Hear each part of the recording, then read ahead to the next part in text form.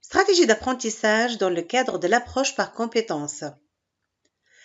La formation médicale axée sur le développement des compétences reconnaît la complexité de l'exercice professionnel et tient compte de la nécessité de devenir un praticien réflexif. Pour ceci, la formation doit être centrée sur l'apprenant, donc on aura besoin de stratégies d'apprentissage adaptées.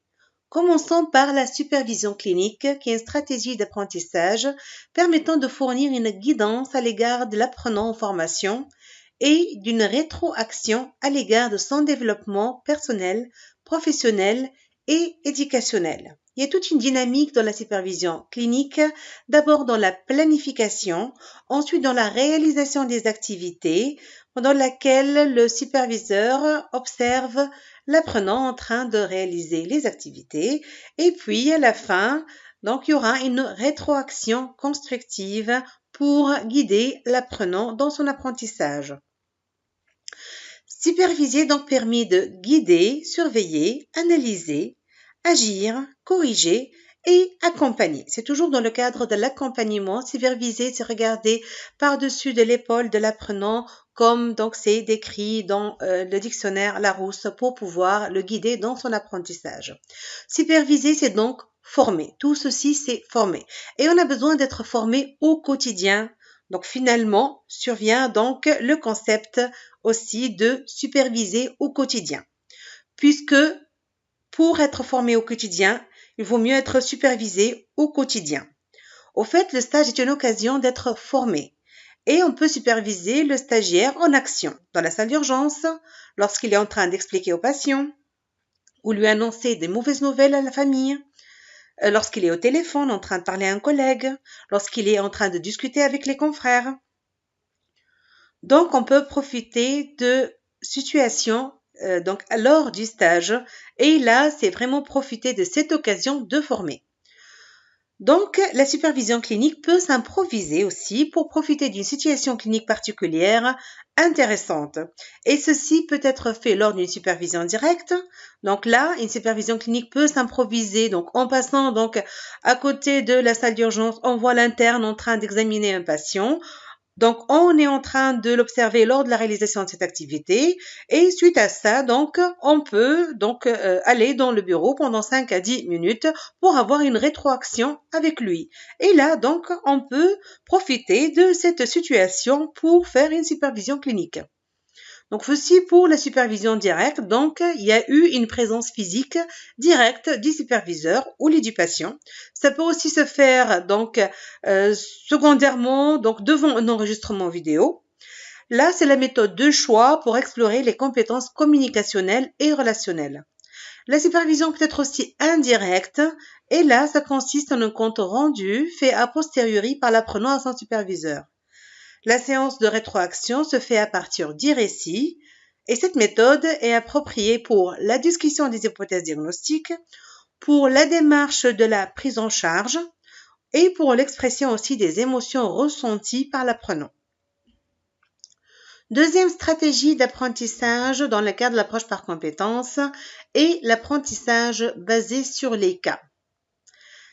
Là, il s'agit aussi de stratégies pédagogiques centrées sur l'apprenant.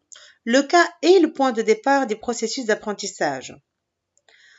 Au fait, lorsqu'il va voir ce cas ou lorsqu'il va se trouver devant cette situation clinique, ce cas clinique, l'apprenant va s'en rendre compte de ses lacunes, va découvrir ses lacunes, donc va découvrir les connaissances à apprendre. Là, on parle de la pédagogie par découverte.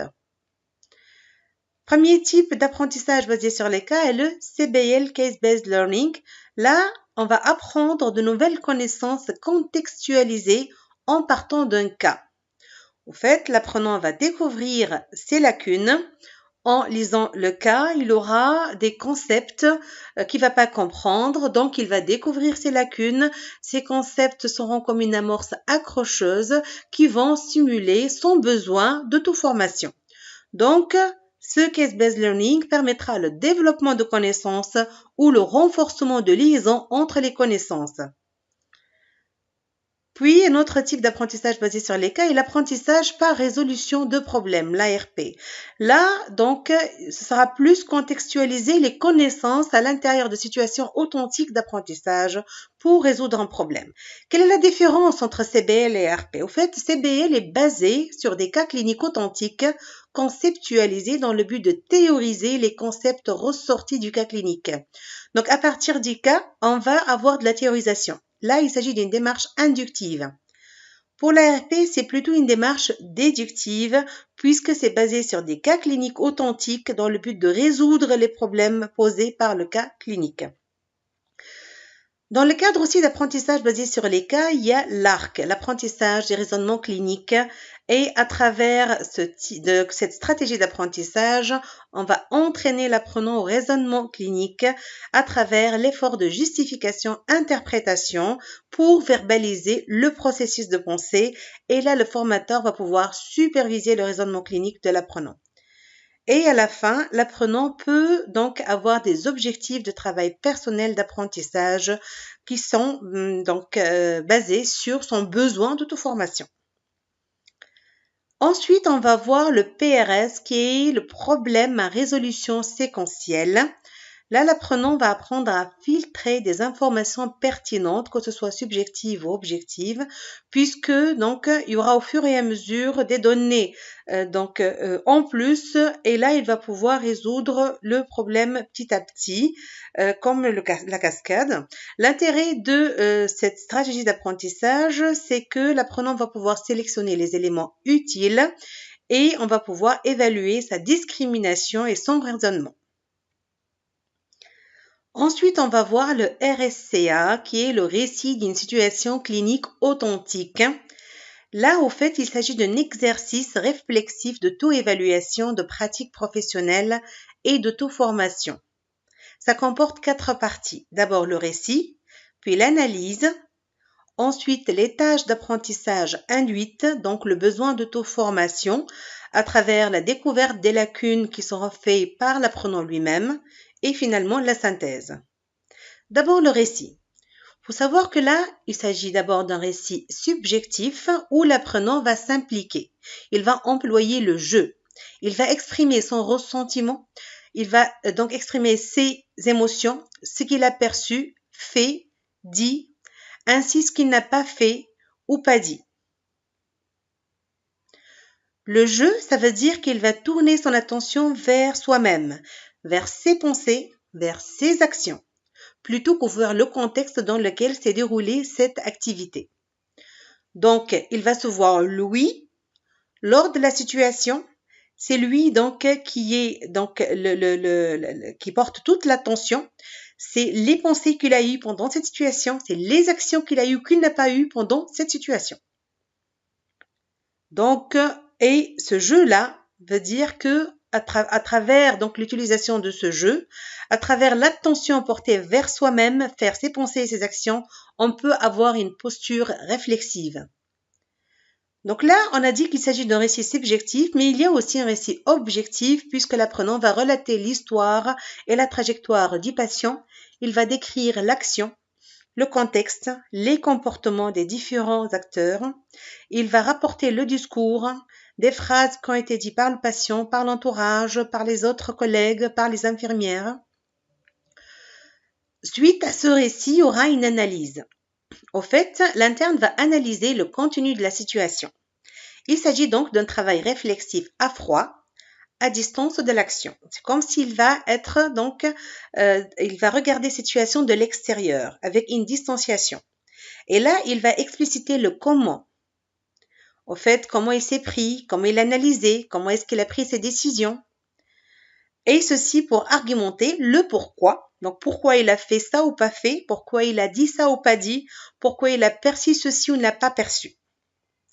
Donc, dans le RSCA, au fait, l'apprenant va se prendre comme objet de sa réflexion. Il va analyser ses pensées, ses actions, et ceci d'une manière régulière et intentionnelle. Et de là, donc, émane le principe de la pratique réflexive. Le RSCA permet d'avoir une pratique réflexive. D'ailleurs, cette pratique réflexive, c'est tout un processus dans lequel il y a plusieurs étapes. D'abord, c'est accepter la complexité. Ensuite, c'est comprendre, analyser la situation. Tout ceci pour donc comprendre ce que la personne, ce que le jeu a fait ou pas fait, ses différentes lacunes, ses actions, ses donc pensées et ceci permettra de penser différemment, donc d'agir autrement et d'avoir une évolution. Donc, au final, une transformation et une autonomie.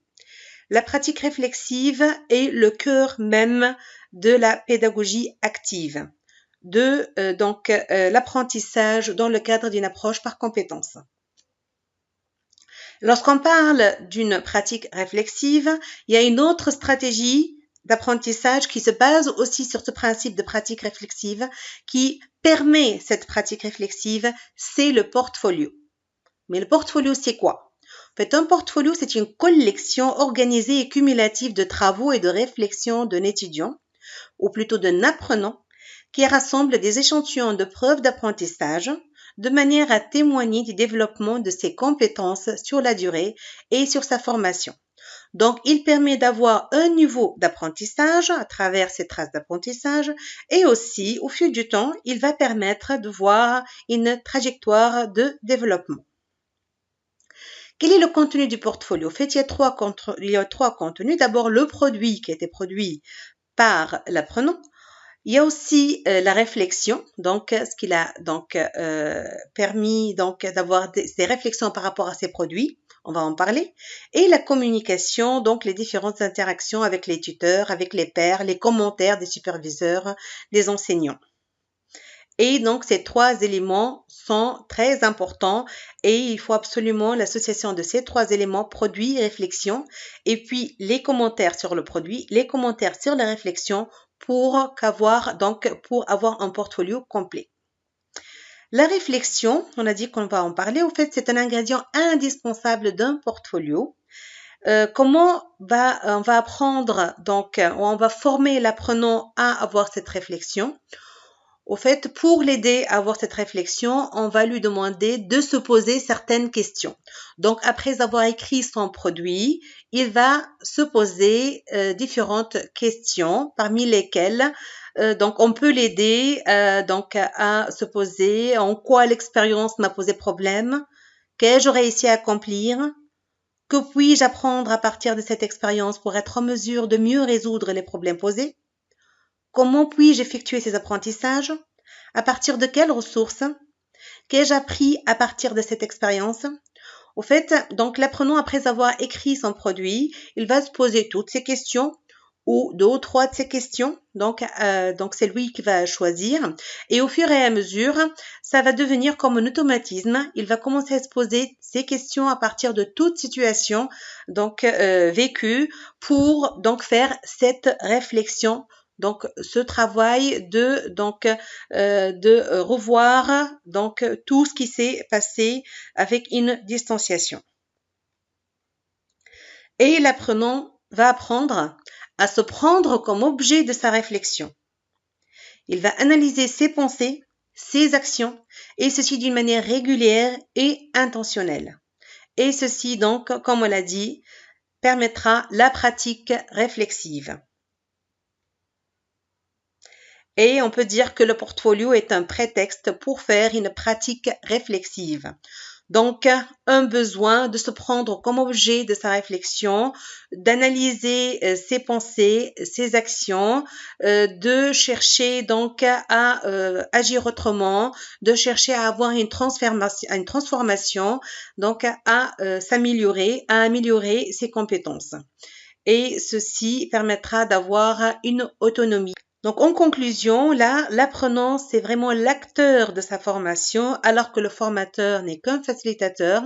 Il va le guider pour avoir cette formation, une formation qui se base sur des questions, mais pas sur des réponses. Ceci, va pouvoir motiver beaucoup plus l'apprenant, va développer son autonomie, développer son identité professionnelle et permet l'acquisition de compétences. Merci pour votre écoute.